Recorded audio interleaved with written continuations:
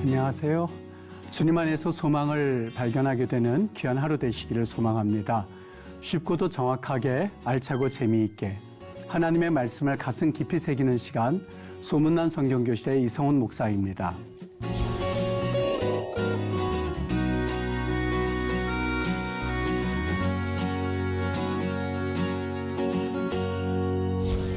오늘부터 새롭게 언어적 관점으로 살펴볼 말씀은 사사기 말씀입니다. 우리는 여호수아를 통해서 그동안 하나님의 신실하심에 대해서 배웠죠. 내 뼈를 그 땅에 묻으라 라고 하는 요셉의 예언이 담긴 그 유언에서 우리가 보았던 것처럼 이 말씀은 그대로 여호수아에서 이루어졌습니다.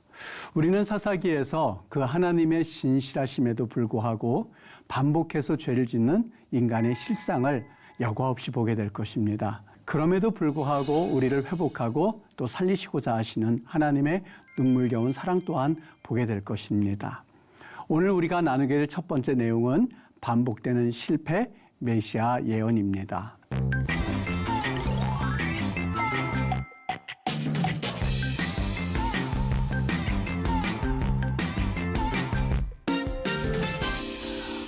여러분, 우리가 첫 번째 시간으로서 반복되는 실패 또 메시아 예언이라고 하는 제목을 가지고 오늘 사사기의 말씀을 같이 우리 배워보고자 합니다. 사사기에서 어떻게 메시아 예언을 볼 수가 있을까라고 하면서 궁금해하실 텐데, 오늘 성경에서 우리에게 과연 메시아 예언에 대해서 어떠한 방법으로 말씀하고 계실까 우리 한번 같이 살펴보도록 하겠습니다. 여러분, 여호수아의 주제는 여러분 기억하시나요? 요셉이 예언이 담겨 있는 그런 유언을 남겼죠. 내 뼈를 메고 그 땅에 올라가라 라고 하는 요셉의 예언이 담겨져 있는 유언이었습니다. 해골이라고 성경은, 우리 국어 성경은 되어 있습니다만 엣잼의 복수형이죠. 내 뼈들을 세겜에 메고 가지고 올라가라 라고 했었던 말씀이 여호수아에서 그대로 그의 뼈를 약속의 땅에 묻음으로써 하나님의 신실하심, 또 그리고 하나님이 지치지 않는 변함없는 그분의 성품대로 하나님의 약속을 그대로 이루셨고 또 하나님께서 성취시켜 주셨음을 우리는 볼 수 있었습니다. 이제 사사기에 들어가서는 조금 전에 여러분과 이야기를 나누었던 것처럼 여러분, 인간의 실상이 무엇인지, 도대체 인간이라고 하는 그 존재가 얼마나 반복적으로 죄를 짓고 실패하는가 하는 것에 대해서 우리는 보게 될 것입니다. 여러분, 그렇다면 그 다음 이어지는 질문, 인간이 그토록 실패하고 반복적으로 죄를 짓는데 인간에게 과연 소망이 있겠는가? 라고 하는 그 질문에 대해서 성경은 무엇이라고 말하고 있는가? 만약에 사람에게 희망이 없다면, 그렇다면 소망은 없는 것인가? 아니면 또 다른 곳에 있는 것일까? 만약에 그 또 다른 소망이 다른 곳에 있다고 한다면 그 다른 곳이라고 하는 그 다른 곳은 과연 무엇일까? 어디에 소망이 있다는 것일까? 또한 우리 인류의 마지막은 도대체 어떠한 방향으로 흘러갈 것인가에 대한 한번 생각해 볼 수 있는 그런 내용이 사사기의 말씀이어서 여러분과 한번 같이 이야기를 나누어 보고자 합니다. 여러분, 여호수아 이후의 전쟁 방식은요, 좀 여호수아에서 치렀었던 정복 전쟁과는 좀 다른 결이 좀 다릅니다. 여호수아에서는 전쟁 방식이 정복 전쟁이었었죠. 그런데 사사기에 이르러서는 이 정복 전쟁이 국지전 형식의 전쟁으로 바뀌어지는 것을 볼 수가 있어요. 그래서 이 사사기에서 이제 전쟁을 하러 나갈 때에 이스라엘 백성들이 하나님께 여쭈어 보는 형식으로 사실 이제 사사기가 문을 여는 것을 볼 수 있습니다. 여호수아가 죽은 후에 이스라엘 자손이 여호와께 여쭈어 이르되, 뭐라고 여쭙느냐? 하나님, 우리 가운데 누가 먼저 올라가서 가나안 족속과 싸우겠습니까? 여러분, 여기 포인트가 두 가지 있어요. 누가 먼저 올라가서 그 다음에 첫 번째 전쟁의 대상은 누구예요? 가나안 족속이에요. 그때 하나님께서 말씀하세요. 유다가 올라갈지니라, 유다가 올라가라. 보라 내가 이 땅을 그의 손에 넘겨주었노라 라고 말씀을 하시죠. 분배된 땅에 대해서 국지전 형식으로 전쟁이 진행이 되는 것을 볼 수 있습니다.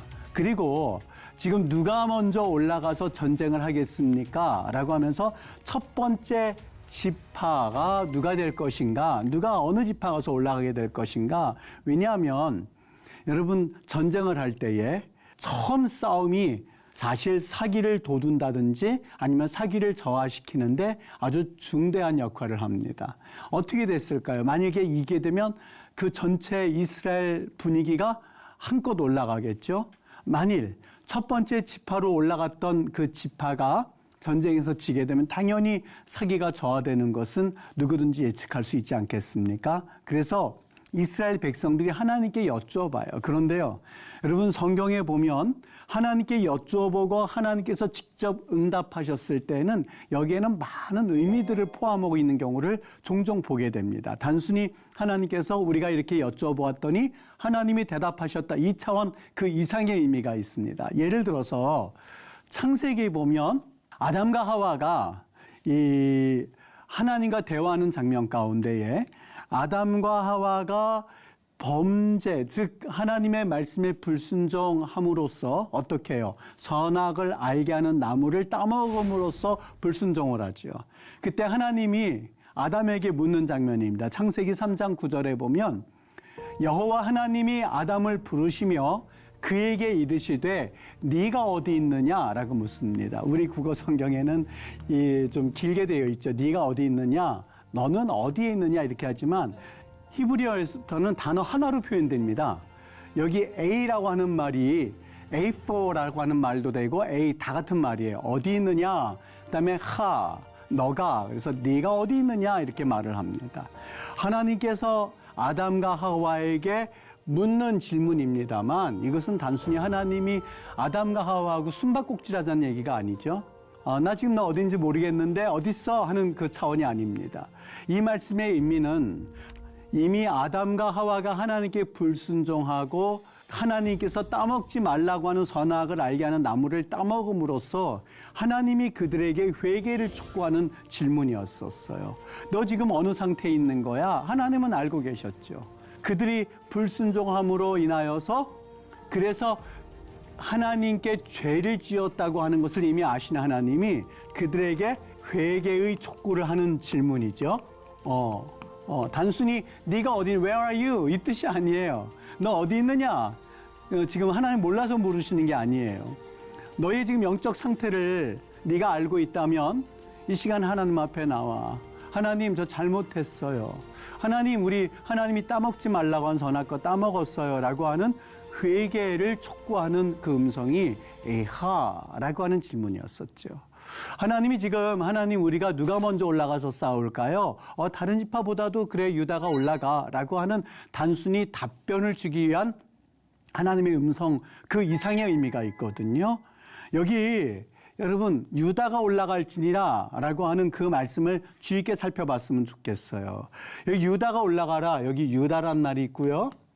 그 다음에 그가 올라가라, 그가 올라갈 것이니라, 그가 올라갈 겁니다 라고 하는 내용입니다. 여러분 이 말씀이요, 지금 평범하게 우리가 볼 수 있는 그 문장 구조는 아니에요. 어떻게 되어 있냐면 본래 의미는 야알레 예후다가 뒤로 가야만 했었던 문장이에요. 그러니까 야알레 예후다라고 해서 본래 문장 구조는 그가 올라갈 것입니다. 그리고 유다가 라고 하는 말이 맞아요. 즉, 이 말씀의 그 문장 구조는 지금 현재 도치가 되어서 바뀌어져 있었다는 얘기예요. 그러니까 우리나라 국어 성경으로는 그렇게 번역하는 게 상당히 잘 번역되어 있죠. 근데 본래 히브리어에서는 어떻게 쓰여지는 게 맞아요? 올라갈지니라 유다가 라고 하는 말이 본래 어순 구조예요. 근데 이것이 바뀌어져서 지금 표현되어 있는 겁니다. 언어에서 일반적으로 영어도 그렇고 주어, 그 다음에 동사, 목적어가 나와요. 우리 국어는요, 주어, 목적어, 사과를 먹습니다. 동사가 나와요. 그런데 히브리어만큼은 동사가 먼저 나오게끔 되어 있어요. 먹을지니라, 먹어라, 이 사과를 내가 라든지 먹어라 내가 사과를 이렇게 나온다든지 둘 중에 하나거든요. 근데 지금 여기 오늘 말씀에 보면 그것이 도치가 되어 있어요.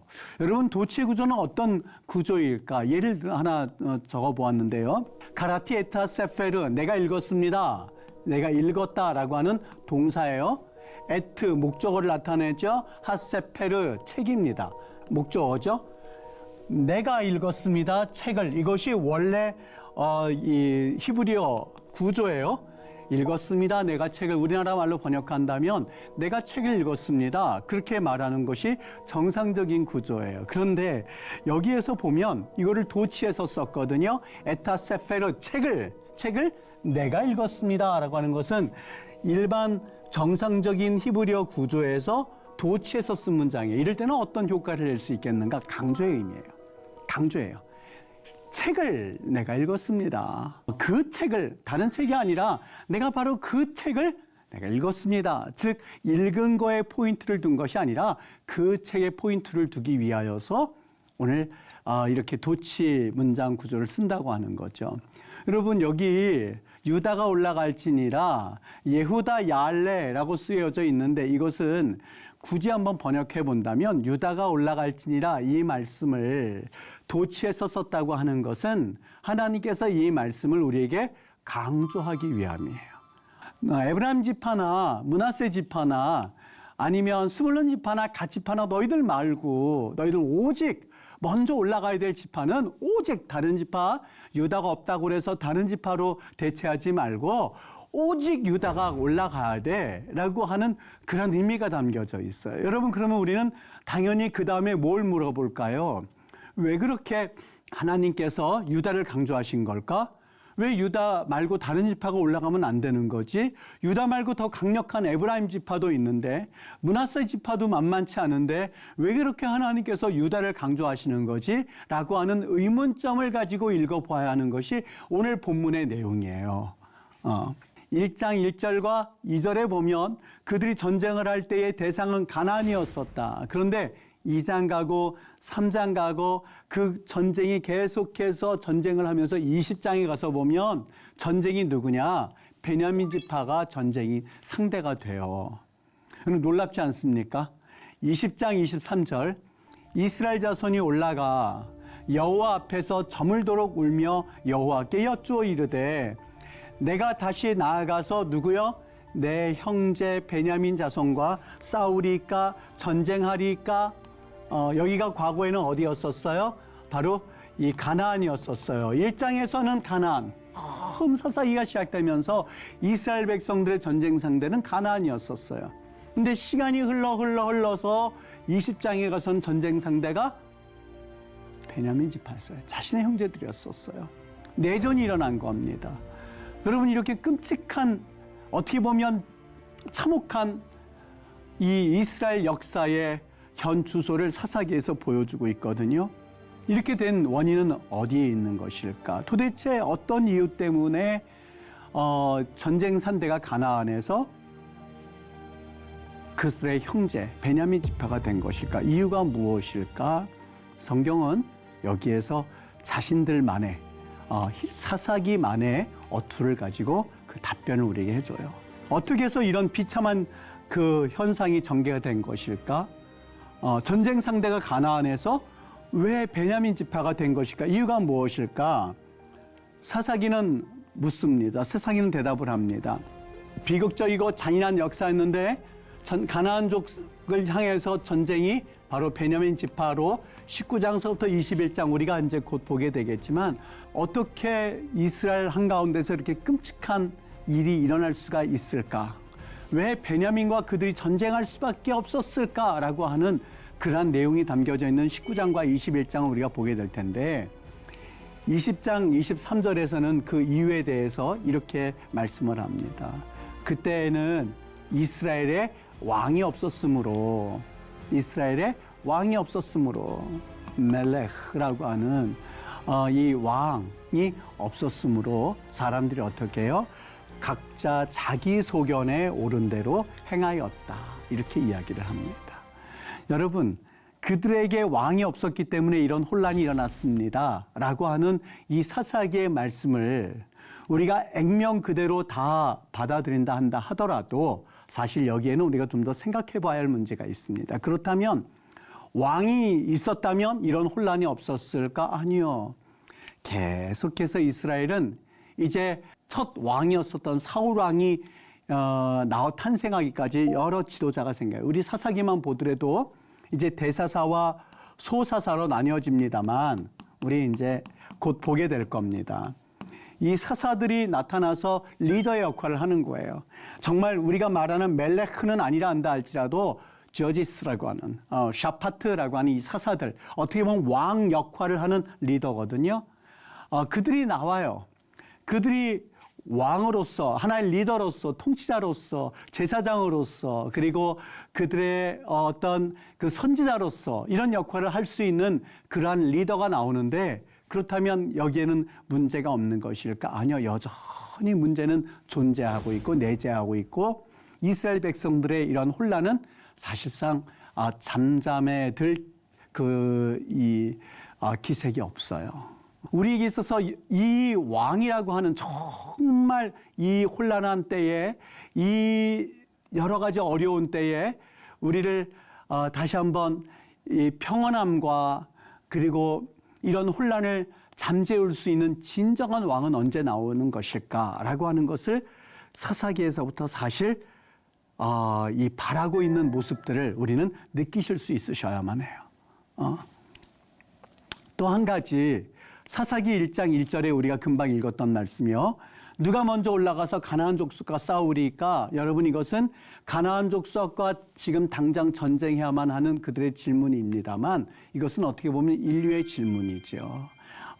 가나안족이라고 표현되어진 우리의 문제들 앞에 누가 이 문제를 해결할 수가 있을 것인가? 라고 하는 인류의 문제이기도 하고요. 또 하나, 진정 리더, 왕은 누가 될 것인가? 하나님께서 여기에 대해서 답변을 주셨는데 사사기에서는 유다다라고 이야기합니다. 과연 하나님께서 다른 지파 말고 유다라고 말했을 때에 그 속 의미는 어떤 내용이 담겨져 있는 것일까 하는 것을 우리는 살펴볼 수 있어야만 하는 것이죠. 그래서 여기 도대체 왜 유다라고 하셨을까 하는 것들을 우리 잠깐 살펴봤으면 좋겠어요. 여러분, 유다는요, 창세기 때서부터 하나님께서 계속해서 암시를 해주시는 지파예요. 뭔가 암시를 해주세요. 뭔가 가르쳐 주세요. 그리고 거기에 알 듯 모를 듯 하는 그 내용이 담겨져 있는데, 여러분, 창세기 37장에 보면 형제들이 요셉을 죽이고자, 그리고 그 구덩이에 빠뜨려서 죽이고자 했었던 그러한 내용이 담겨져 있는 장이지요. 이때에 요셉을 보호하고자 나섰던 형이 하나가 있죠. 유다입니다. 우리가 우리 동생을 죽이고 그의 피를 덮어둔들 무엇이 유익할까? 자, 그를 이스마엘 사람들에게 팔고 그에게 우리 손을 대지 말자. 그는 우리의 동생이요 우리의 혈육이니라 하매 그의 형제들이 청종하였더라 라고 하면서 요셉을 감싸는 장면이 나오는데, 그게 누구냐? 유다였어요. 또 그들이 요셉을 결국에는 애굽으로 팔게 가도록 그 미디안 상인들에게 팔아버리죠. 그래서 그가 애굽으로 가게 됩니다. 그때에 형들이 기근에 이제 요셉은 총리가 되고 형제들이 곡식을 사러 애굽으로 가지 않습니까? 요셉에게 자기의 동생 베냐민이 있다는 얘기를 하였을 때에 그를 데려오라고 합니다. 그를 데리고 갔을 때 아버지는 당연히 데려가지 못하게 하죠. 내 아들 요셉도 지금 없는 판국에 이 베냐민을 데려가면 어떡하나 라고 하면서 그를 놔주지 않으려고 하죠. 그때에 유다가 나서게 됩니다. 얘를 놔주세요. 내가 그를 위하여 담보가 되오리니 아버지께서 내 손에서 그를 찾으소서라고 하면서 베냐민을 데려갈 수 있도록, 그리고 스스로 담보가 되기를 원하는 그 형제가 하나가 있는데 그도 역시 유다였습니다. 여러분, 성경에서 처음부터 명확하게 말씀하지는 않죠. 그러나 계속해서 유다의 역할을 보면서 무엇을 느끼시나요? 어떤 걸 느끼겠나요? 살려주고, 그리고 가족들을 살리려고 하고, 자신이 담보가 돼서라도 또 가족을 살리고자 하는 그 유다의 모습을 우리는 여기 보면서 대충 우리는 어떠한 내용의 그러한 그 상황이 전개된다 하는 것을 어렴풋하게 느끼게 됩니다. 자, 또 하나 창세기 49장에 가서 보면 야곱이 죽으면서 예언이 담겨져 있는 유언을 하게 되죠. 유다는 사자 새끼로다. 규가 유다를 떠나지 아니하며 쉐베트, 규라고 하는데 왕권을 상징하죠. 통치자의 지팡이 메오케크, 이것도 역시 왕권을 상징합니다. 왕권이 유다를 떠나지 아니할 것이며 그리고 왕권이 그 발 사이에서 떠나지 않을 것이라. 실로, 법궤죠. 법궤, 즉 하나님의 임재를 상징하는데 여기는 즉 하나님의 임재를 상징하는 그 실로가 오시기까지 이르리니 유다는 규를 상징하고 왕권을 상징하고 하나님의 임재를 상징한다. 여러분 이쯤 되면 대충 무엇을 의미하는지 여러분들은 아마 느끼셨을 거예요. 유다 지파에서 오실 그리스도, 유다 지파에서 오실 메시아를 이런 식으로 표현하고 있구나 하는 것을 우리는 짐작해 볼 수가 있어요. 여러분 이 사사기의 역사는요 실패의 역사입니다. 즉 몇 군데 지금 우리 사사들을 표시해 놨습니다만 드보라라든지 입산이라든지 온니엘이라든지 삼손이라든지 입다라든지 야일이라든지 돌라, 여러분 모든 사사들이 사실상 성공하고 그리고 완벽한 그러한 모습이라기보다도 실패의 모습을 보여주고 있는 그러한 사사기의 역사를 여러분들은 보게 될 겁니다. 자, 여러분 한 가지 제가 오늘 강의를 준비하면서 이 데미안 허스트라는 천년이라는 작품을 좀 여러분과 잠깐 생각을 해보고자 가지고 왔어요. 여러분 이 데미안 허스트의 천년 작품에는요 뭐가 담겨져 있냐면 지금 상자에 여기에는요 조금 시간이 지나면서 여기 이게 유리상자고요. 유리상자고 여기에서 파리들이 날라옵니다. 그럼 파리들이 그리고 여기에는 이 피를 흘리고 있는 소 머리가 있고요. 여기에는 곤충 이렇게 닿으면 지직하면서 타는 그 퇴치기 있죠. 이 파리가 시간이 지나면서 여기 있는 작은 구멍으로 나오게 되는 거예요. 쭉 나와서는 이 본능적으로 피를 흘리고 있는 소 머리로 달려가려고 하는데 여기 곤충 퇴치기에 지직하면서 타가지고 지금 여기 파리들이 쭉 있는 장면을 여기 보시게 될 겁니다. 어떻게 보면 너무 역겹죠. 근데 천년이라는 작품에 여기 있어요. 여러분 이 작품의 내용은 무엇을 의미하고 있는 것일까? 여러분 이 파리들이 계속해서 또 나오고 하면서 수도 없이 피를 흘리고 있는 소 머리를 향해서 돌진하지만 퇴치균에서 계속해서 또 떨어지고 있어요. 저는 이 작품을 보면서 이런 생각을 해봤어요. 여러분 인간의 욕망이라고 하는 것은 사실 멈출 줄을 모릅니다.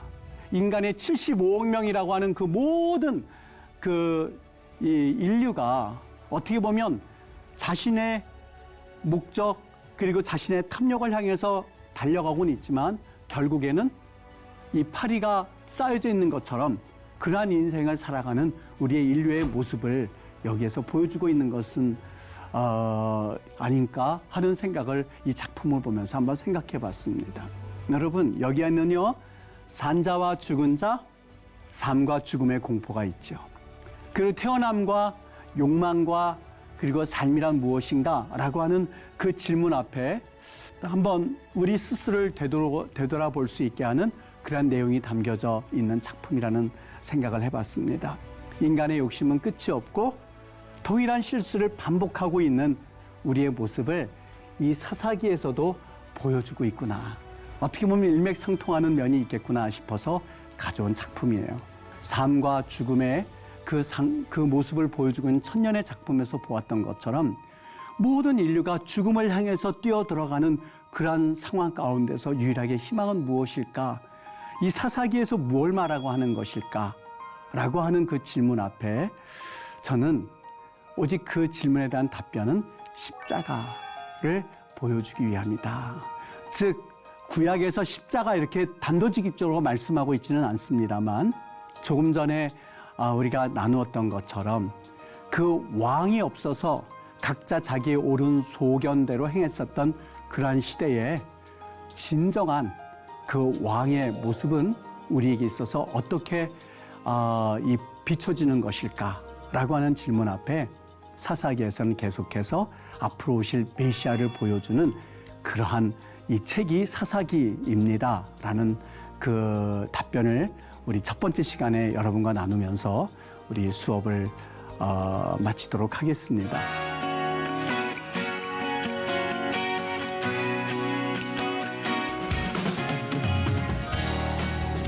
여러분 유익한 시간 되셨습니까? 오늘 수업은 유튜브를 통해서 다시 보실 수 있습니다. 하나님의 신실하심을 말씀 속에서 깊이 경험하는 시간이 되시기를 바랍니다. 다음 시간에는 세속주의를 경계하십시오라는 제목을 가지고 우리 사사기의 말씀을 듣도록 하겠습니다. 오늘도 믿음으로 담대히 나가시기를 바라면서 여러분 반갑게 다음 시간에 뵙도록 하겠습니다. 감사합니다.